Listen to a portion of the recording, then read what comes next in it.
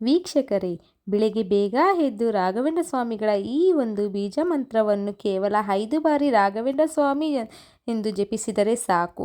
ರಾಘವೇಂದ್ರ ಸ್ವಾಮಿಗಳ ಪವಾಡವನ್ನು ಕಣ್ಣಾರೆ ನೋಡ್ತೀರಾ. ರಾಘವೇಂದ್ರ ಸ್ವಾಮಿಗಳ ಪವರ್ಫುಲ್ ಬೀಜ ಮಂತ್ರವನ್ನು ತಿಳಿಸಿಕೊಡ್ತಾ ಇದ್ದೀನಿ. ಇದನ್ನು ನೀವು ಬೆಳಿಗ್ಗೆ ಜಪಿಸಬೇಕು. ಬೆಳಿಗ್ಗೆ ಅಂದರೆ ಬ್ರಾಹ್ಮಿ ಮುಹೂರ್ತದಲ್ಲಿ ಕೇವಲ 5 ಬಾರಿ ಜಪಿಸಿದರೆ ಸಾಕು. ಸಮಸ್ಯೆ ಏನೇ ಇರಲಿ, ರಾಘವೇಂದ್ರ ಸ್ವಾಮಿಗಳ ಪವಾಡದ ಶಕ್ತಿಯನ್ನು ನೀವು ಕಣ್ಣಾರೆ ನೋಡ್ತೀರಾ. ಈ ಚಿಕ್ಕ ಮಂತ್ರವನ್ನು 5 ಬಾರಿ ಜಪಿಸಿದರೆ ಸಾಕು. ಆಮೇಲೆ ಆಗೋದೆಲ್ಲ ಪವಾಡ. ತಮಾಷೆ ಅನ್ಕೋಬೇಡಿ. ರಾಘವೇಂದ್ರ ಸ್ವಾಮಿಗಳ ನಂಬಿದವರನ್ನು ಯಾವತ್ತೂ ಕೈ ಬಿಡೋದಿಲ್ಲ. ಹಾಗಾಗಿ ಬೆಳಿಗ್ಗೆ ಬ್ರಾಹ್ಮಿ ಮುಹೂರ್ತದಲ್ಲಿ ಈ ಪವರ್ಫುಲ್ ಮಂತ್ರವನ್ನು 5 ಬಾರಿ ಜಪಿಸಿದರೆ ಸಾಕು. ಎಂತಹ ಸಮಸ್ಯೆ ಇದ್ದರೂ ಕೂಡ ಶೀಘ್ರದಲ್ಲಿ ಪರಿಹಾರ ಆಗುತ್ತೆ. ನಿಂತು ಹೋದ ಕಾರ್ಯ ಯಾವುದೇ ಇರಲಿ, ಅದು ಪೂರ್ಣವಾಗುತ್ತೆ. ಹೌದು ವೀಕ್ಷಕರೇ, ಬ್ರಾಹ್ಮಿ ಮುಹೂರ್ತದಲ್ಲಿ ಅಂದರೆ ಬೆಳಿಗ್ಗೆ 3:35 ನಂತರ 6 ಗಂಟೆಯ ಒಳಗೆ ಪ್ರಕೃತಿಯಲ್ಲಿ ಎಲ್ಲ ದೇವಾನುದೇವತೆಗಳು ಸಂಚರಿಸುವ ಸಮಯ. ಈ ಸಮಯದಲ್ಲಿ ನೀವು ನಂಬಿದ ದೇವರ ಬಳಿ ಏನೇ ಪ್ರಾರ್ಥನೆ ಮಾಡಿಕೊಂಡರೂ ಕೂಡ ಫಲಿಸದೇ ಇರಲಾರದು. ಅದರಲ್ಲಿಯೂ ಕೂಡ ರಾಘವೇಂದ್ರ ಸ್ವಾಮಿಗಳ ಈ ಪವರ್ಫುಲ್ ಬೀಜ ಮಂತ್ರವನ್ನು ಕೇವಲ 5 ಬಾರಿ ಜಪಿಸಿದರೆ ಸಾಕು. ಎಂತಹ ಸಮಸ್ಯೆ ಇದ್ದರೂ ಕೂಡ ಅದು ಪರಿಹಾರ ಆಗುತ್ತೆ. ಏನೇ ಇದ್ದರೂ ಕೂಡ ಅದು ನೆರವೇರುತ್ತೆ. ಆದರೆ ಗುರು ರಾಘವೇಂದ್ರ ಸ್ವಾಮಿಗಳ ಮೇಲೆ ನಂಬಿಕೆ ಇಟ್ಟು ಭಕ್ತಿಯಿಂದ ಈ ಮಂತ್ರವನ್ನು ಜಪಿಸಬೇಕು. ಜಪಿಸುವಾಗ ಸ್ನಾನ ಮಾಡುವ ಅಗತ್ಯವಿಲ್ಲ, ಪೂಜೆ ಮಾಡುವ ಅಗತ್ಯವಿಲ್ಲ. ಬೆಳಗ್ಗೆ ಎದ್ದ ತಕ್ಷಣ ಎಲ್ಲಿ ನೀವು ಮಲಗಿದ್ದೀರಾ ಅಲ್ಲೇ ಕುಳಿತುಕೊಂಡು ಜಪಿಸಿದರೆ ಸಾಕು. ಆದರೆ ಒಂದು ಷರತ್, ಅಂದರೆ ಬ್ರಾಹ್ಮಿ ಮುಹೂರ್ತದಲ್ಲಿ ಜಪಿಸಬೇಕು. 6 ಗಂಟೆಯ ಒಳಗೆ ಇದನ್ನು ಜಪಿಸಬೇಕು. ಯಾವುದೇ ರೀತಿ ಶುದ್ಧಾಚಾರ ಬೇಕಾಗಿಲ್ಲ. ಬೆಳಿಗ್ಗೆ ಬೇಗ ಎದ್ದು ಎಲ್ಲಿ ಮಲಗಿದ್ದೀರಾ ಅಲ್ಲೇ ಎದ್ದು ಕುಳಿತುಕೊಂಡು ಜಪಿಸಿದರೆ ಸಾಕು. ಈ ಪವರ್ಫುಲ್ ಮಂತ್ರದ ಮೂಲಕ ರಾಘವೇಂದ್ರ ಸ್ವಾಮಿಗಳ ಅನುಗ್ರಹದಿಂದ ಅನೇಕ ಕಾರಣಗಳಿಂದ ವಿಘ್ನಗಳಿಂದ ನಿಂತು ಹೋದ ನಿಮ್ಮ ಕೆಲಸ ಪೂರ್ಣವಾಗುತ್ತೆ. ನಿಮ್ಮ ಎಲ್ಲ ಬೇಡಿಕೆ ಈಡೇರುತ್ತೆ.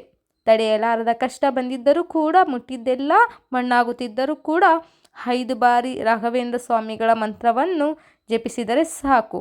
ನಿಮ್ಮನ್ನು ಕಾಡುತ್ತಿರುವ ಗೃಹದೋಷ ಆಗಿರಲಿ, ಮಂಗಳದೋಷ ಆಗಿರಲಿ, ವಾಸ್ತುದೋಷ ಇರಲಿ, ಎಲ್ಲವೂ ಕೂಡ ದೂರ ಆಗಿ ನೀವು ಬಯಸಿದಂತಹ ಸುಖ ಸಮಯ ನಿಮ್ಮದಾಗುತ್ತೆ.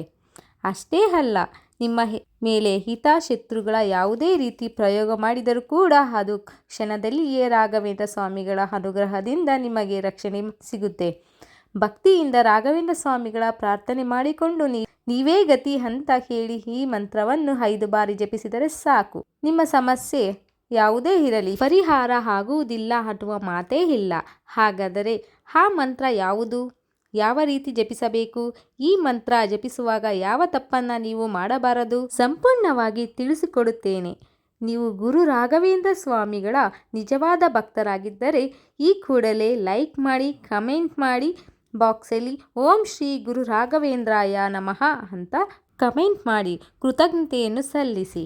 ವೀಕ್ಷಕರೇ, ರಾಘವೇಂದ್ರ ಸ್ವಾಮಿಗಳ ಅಕ್ಷರಾಂಶ ದೇವಾಂಶ ಸಂಭೂತರು. ಅದಕ್ಕೆ ಅವರನ್ನು ಕಲಿಯುಗದ ಕಾಮಧೇನು ಅಂತ ಕರೆಯುತ್ತಾರೆ. ಹೀಗೆ ನಂಬಿದ ಭಕ್ತರನ್ನು ಉದ್ಧರಿಸುವ ಗುರು ರಾಘವೇಂದ್ರ ಸ್ವಾಮಿಗಳ ಮಹಿಮೆ ಅಪಾರ. ರಾಘವೇಂದ್ರ ಸ್ವಾಮಿಗಳ ಮಂತ್ರವನ್ನು ಮುಂಜಾನೆ 5 ಬಾರಿ ಜಪಿಸುವುದರಿಂದ ಎಲ್ಲೂ ಪರಿಹಾರ ಆಗದ ಸಮಸ್ಯೆ ಕೆಲವೇ ಗಂಟೆಯಲ್ಲಿ ಪರಿಹಾರ ಆಗುತ್ತೆ. ಇದು ತಮಾಷೆ ಅಲ್ಲ. ಭಕ್ತಿಯಿಂದ ಜಪಿಸಿ ನೋಡಿ. ಆಮೇಲೆ ನೀವೇ ಒಂದು ಕಮೆಂಟ್ ಬಾಕ್ಸಲ್ಲಿ ರಾಯರ ಪವಾಡದಿಂದ ಕೆಲಸ ಆಯಿತು ಎಂದು ಕಮೆಂಟ್ ಮಾಡ್ತೀರಾ. ನಿಮ್ಮ ಸಮಸ್ಯೆ ಯಾವುದೇ ಇರಲಿ, ಸಂತಾನ ಭಾಗ್ಯ, ಮಕ್ಕಳಿಲ್ಲದಿದ್ದರೆ ಉದ್ಯೋಗ, ಹುಡುಕುತ್ತಿದ್ದವರಿಗೆ ಉದ್ಯೋಗ, ಹಣಕಾಸಿನ ಸಮಸ್ಯೆ ಬಂದರೆ ಹಣಕಾಸಿನ ಹರಿವು ಪ್ರಾರಂಭವಾಗುತ್ತೆ. ಸಾಲದ ಸಮಸ್ಯೆ ಇದ್ದರೆ ನಾನಾ ಮಾರ್ಗಗಳಿಂದ ಹಣಕಾಸು ಹರಿದು ಬಂದು ಸಾಲದಿಂದ ಮುಕ್ತಿ ಸಿಗುವ ಹಾಗೆ ರಾಯರು ಮಾಡ್ತಾರೆ. ಮನೆಯಲ್ಲಿ ಸತಿಪತಿ ಜಗಳ, ಅತ್ತೆ ಸೊಸೆ ಜಗಳ, ಆರೋಗ್ಯ ಸಮಸ್ಯೆ ಯಾವುದೇ ಇರಲಿ, ರಾಘವೇಂದ್ರ ಸ್ವಾಮಿಗಳನ್ನು ಬೇಡಿಕೊಂಡರೆ ಸಾಕು. ಕೆಲವೇ ಗಂಟೆಯಲ್ಲಿ ನಿಮ್ಮ ಸಮಸ್ಯೆ ಪರಿಹಾರ ಆಗುತ್ತೆ. ವೈದ್ಯರಿಂದಲೂ ಗುಣಪಡಿಸಲಾಗದ ಸಮಸ್ಯೆ ಇದ್ದರೂ ರಾಘವೇಂದ್ರ ಸ್ವಾಮಿಗಳ ಪವಾಡದಿಂದ ಆ ಕಾಯಿಲೆ ದೂರವಾಗುತ್ತೆ. ಎಲ್ಲೂ ಪರಿಹಾರ ಆಗದ ಸಮಸ್ಯೆ ನಿಮ್ಮನ್ನು ಪದೇ ಪದೇ ಕಾಡ್ತಾ ಇದ್ದರೆ ನೀವು ಮಾಡಬೇಕಾಗಿರುವುದು ಇಷ್ಟೇ. ಬೆಳಿಗ್ಗೆ ಬ್ರಾಹ್ಮಿ ಮುಹೂರ್ತದಲ್ಲಿ ಎದ್ದು ರಾಘವೇಂದ್ರ ಸ್ವಾಮಿಗಳನ್ನು ಮನಸ್ಸಿನಲ್ಲಿ ಸ್ಮರಿಸಿಕೊಂಡು ಪವರ್ಫುಲ್ ಬೀಜ ಮಂತ್ರವನ್ನು 5 ಬಾರಿ ಜಪಿಸಿದರೆ ಸಾಕು. ಆದರೆ ಈ ಮಂತ್ರವನ್ನು ಜಪಿಸುವಾಗ ಕೆಲವೊಂದು ತಪ್ಪುಗಳನ್ನು ನೀವು ಮಾಡಬಾರದು. ಆ ತಪ್ಪುಗಳಲ್ಲಿ ಪ್ರಮುಖವಾದ ತಪ್ಪು ಅಂದರೆ ಅಪನಂಬಿಕೆ. ತುಂಬ ಮಂದಿ ಅಪನಂಬಿಕೆಯಿಂದ ಪರೀಕ್ಷೆ ಮಾಡಿ ನೋಡೋಣ ಅಂತ ಮಂತ್ರವನ್ನು ಜಪಿಸುತ್ತಾರೆ. ಆದರೆ ದೇವರ ಮೇಲೆ ನಂಬಿಕೆ ಇಲ್ಲದೆ, ಭಕ್ತಿ ಇಲ್ಲದೆ ಜಪಿಸಿದ ಮಂತ್ರ ವ್ಯರ್ಥವಾಗುತ್ತೆ. ಜೊತೆಗೆ ಅಪನಂಬಿಕೆಯಿಂದ ಈ ಪವರ್ಫುಲ್ ಮಂತ್ರವನ್ನು ಜಪಿಸಿದರೆ ಅದು ನಿಮಗೆ ನಕಾರಾತ್ಮಕವಾಗಿ ಪರಿಣಾಮ ಬೀರುತ್ತೆ. ಹಾಗಾಗಿ ನಂಬಿಕೆ ಇದ್ದರೆ ಮಾತ್ರ ಜಪಿಸಿ, ಇಲ್ಲವಾದರೆ ಜಪಿಸಬೇಡಿ.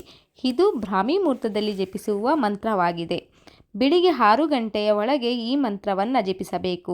6 ಗಂಟೆಯ ನಂತರ ಜಪಿಸಿದರೆ ಇದರ ಸಂಪೂರ್ಣ ಫಲ ನಿಮಗೆ ಸಿಗುವುದಿಲ್ಲ. ಈ ಮಂತ್ರವನ್ನು ಜಪಿಸುವ ಯಾವುದೇ ರೀತಿ ಶುದ್ಧಾಚಾರ ಬೇಕಾಗಿಲ್ಲ. ಜಪ ಮಾಡುವ, ಪೂಜೆ ಮಾಡುವ ಅಗತ್ಯವಿಲ್ಲ. ಸ್ನಾನ ಮಾಡುವ ಅಗತ್ಯವಿಲ್ಲ. ಎಲ್ಲಿ ಮಲಗಿದ್ದೀರಾ ಅಲ್ಲೇ ಕುಳಿತುಕೊಂಡು ಈ ಮಂತ್ರವನ್ನು 5 ಬಾರಿ ಜಪಿಸಿದರೆ ಸಾಕು.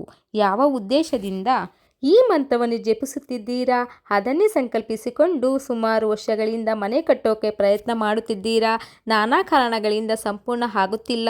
ಇಂತಹ ಸಮಸ್ಯೆಯಲ್ಲಿ ನೀವು ಈ ಮಂತ್ರವನ್ನು ಜಪಿಸಿ ರಾಘವೇಂದ್ರ ಸ್ವಾಮಿಗಳ ಪ್ರಾರ್ಥಿಸುತ್ತಾ, ಹಣಕಾಸಿನ ಸಮಸ್ಯೆಯಿಂದ ನನ್ನ ಮನೆ ಆಗ್ತಿಲ್ಲ, ನೀವೇ ಕರುಣೆ ತೋರಿ ನಮ್ಮ ಸಮಸ್ಯೆ ಮನೆ ಸಂಪೂರ್ಣ ಆಗುವ ಹಾಗೆ ಮಾಡಿ ಅಂತ ಬೇಡಿಕೊಂಡರೆ ಸಾಕು.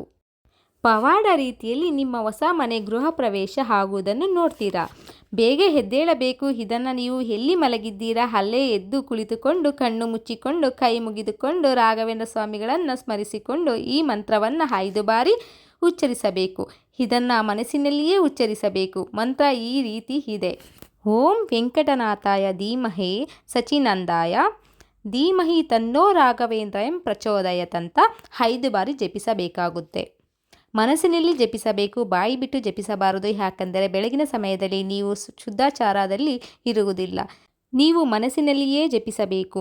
ನಂತರ ಗುರು ರಾಘವೇಂದ್ರ ಸ್ವಾಮಿಗಳನ್ನು ಸ್ಮರಿಸಿಕೊಂಡು, ಯಾವ ಉದ್ದೇಶಕ್ಕಾಗಿ ರಾಯರನ್ನು ಸ್ಮರಣೆ ಮಾಡುತ್ತಿದ್ದೀರಾ, ಈ ಮಂತ್ರವನ್ನು ಜಪಿಸುತ್ತಿದ್ದೀರಾ, ಈ ಸಂಕಲ್ಪವನ್ನು ಚಿತ್ರರೂಪದಲ್ಲಿ ನೋಡಬೇಕು. ಅಂದರೆ ಕಲ್ಪನೆ ಮಾಡಿಕೊಳ್ಳಬೇಕು. ಉದಾಹರಣೆಗೆ, ನಿಮ್ಮ ಕೆಲಸ ಅರ್ಧಕ್ಕೆ ನಿಂತಿದೆ. ಈ ಸಮಯದಲ್ಲಿ ಸಂಪೂರ್ಣವಾಗಿ ಸಂಭ್ರಮವಾದ ಮೇಲೆ ಗೃಹ ಪ್ರವೇಶ ಯಾವ ರೀತಿ ಆಗುತ್ತೆ ಅದನ್ನು ಮನಸ್ಸಿನಲ್ಲಿಯೇ ಕಲ್ಪಿಸಿಕೊಂಡು, ನಿಮ್ಮ ಮನೆ ಸಂಪೂರ್ಣವಾದ ಬಳಿಕ ರೀತಿ ಸಂಬಂಧಿಕರು, ಸ್ನೇಹಿತರು, ಎಲ್ಲರೂ ಮನೆಯವರು, ಪುರೋಹಿತರಿಂದ ಗೃಹ ಪ್ರವೇಶ ಎಲ್ಲವೂ ಕೂಡ ನೀವು 5 ನಿಮಿಷ ಕಾಲ ಕಲ್ಪನೆ ಮಾಡಿಕೊಂಡು ರಾಘವೇಂದ್ರ ಸ್ವಾಮಿಗಳಿಗೆ ಧನ್ಯವಾದ ಹೇಳಬೇಕು. ಪ್ರತಿದಿನ ಮಾಡಿದರೆ ತುಂಬ ಒಳ್ಳೆಯದು. ಸಾಧ್ಯವಾಗದಿದ್ದರೆ ಅಮಾವಾಸ್ಯೆ, ಹುಣ್ಣಿಮೆ, ಗ್ರಹಣ ದಿನಗಳಲ್ಲಿ ತಪ್ಪದೆ ಮಾಡಬೇಕು. ರಾಘವೇಂದ್ರ ಸ್ವಾಮಿಗಳ ಅನುಗ್ರಹದಿಂದ ನಿಮ್ಮ ಜೀವನದಲ್ಲಿ ಅಡೆತಡೆಗಳು, ಎಲ್ಲ ಕೆಲಸ ಕಾರ್ಯಗಳು ಯಶಸ್ವಿ ಆಗುತ್ತದೆ ಎಂದು ಕಾಯಬೇಕಾಗುತ್ತದೆ ಎಂದು ಕಣ್ಣಾರೆ ನೋಡುತ್ತೀರಾ. ಇದನ್ನು ಉದ್ದೇಶಕ್ಕಾಗಿ ಜಪಿಸಬೇಕು ಅಥವಾ ಯಾವುದೇ ಉದ್ದೇಶವಿಲ್ಲದೆ ಪ್ರತಿದಿನ ಜಪಿಸಬಹುದು. ಪ್ರತಿದಿನ ಜಪಿಸುವುದರಿಂದ ಆಧ್ಯಾತ್ಮಿಕ ಬೆಳವಣಿಗೆ ಆಗುತ್ತದೆ.